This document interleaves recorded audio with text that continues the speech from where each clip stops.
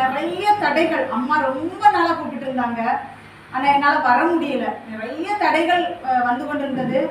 ஆனாலும் கர்த்தர் பெரியவர், அவர் குறித்த காலம், என் வேலை இன்னும் வரவில்லை அப்படின்னு சொன்ன தேவன் இந்த நாட்கள் அவருடைய வேலை வந்தது. இந்த இடத்துல கூட்டி உங்களை எல்லாரையும் பார்க்க கர்த்தர் எனக்கு உதவி பாராட்டி இருக்கிறார். எல்லாருக்கும் கர்த்தருடைய நாமத்தினாலே ஸ்தோத்திரங்களை செலுத்திக் கொள்கிறேன். ஸ்தோத்திரம். கர்த்தர் இன்னைக்கு கொடுக்குற வார்த்தை நான் எப்போதுமே மாமிசத்துல பேசவே கூடாது, கர்த்தருடைய வார்த்தையை பேசணும்னு தான் ரொம்ப பிரயாசப்படுவேன்.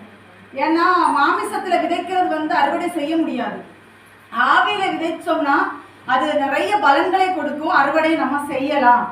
அதான் உண்மை. அதான் கர்த்தருடைய வார்த்தை நமக்கு சொல்லப்பட்டிருக்கிறது.